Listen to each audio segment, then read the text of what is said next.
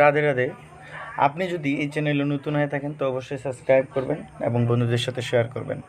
তো আজকে আমাদের আলোচনার বিষয়টা হচ্ছে রথযাত্রা, অর্থাৎ পুরীতে রথযাত্রা জন্য রথ নির্মাণ কাজ কবে শুরু হয় এই বিষয়টাও বলবো, এবং রথযাত্রার দিন ও তারিখ এই বিষয়টি সম্পর্কে বলবো। তো পুরীতে রথ নির্মাণের কাজ শুরু হয় অক্ষয় তৃতীয়ার দিনে।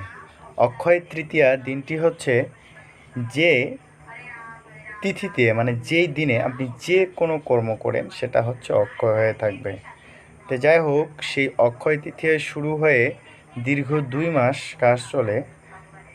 অর্থাৎ এবছরে অক্ষয় তৃতীয়া হয়েছে 4ই মে, এবং আমাদের জগন্নাথ দেবের রথযাত্রা অনুষ্ঠিত হবে 1লা জুলাই, এবং উল্টো রথযাত্রা হবে 9ই জুলাই। এখন কথা হচ্ছে, এই রথযাত্রায় কেউ যদি রথের দড়ি ধরেও টানে তাহলে তার আর পূর্ণ জনম হয় না, শাস্ত্র বলতেছে এই কথা। তো আমরা অবশ্যই যারা সনাতন ধর্মাবলম্বী আছি তারা অবশ্যই রথযাত্রায় জগন্নাথ দেবকে দর্শন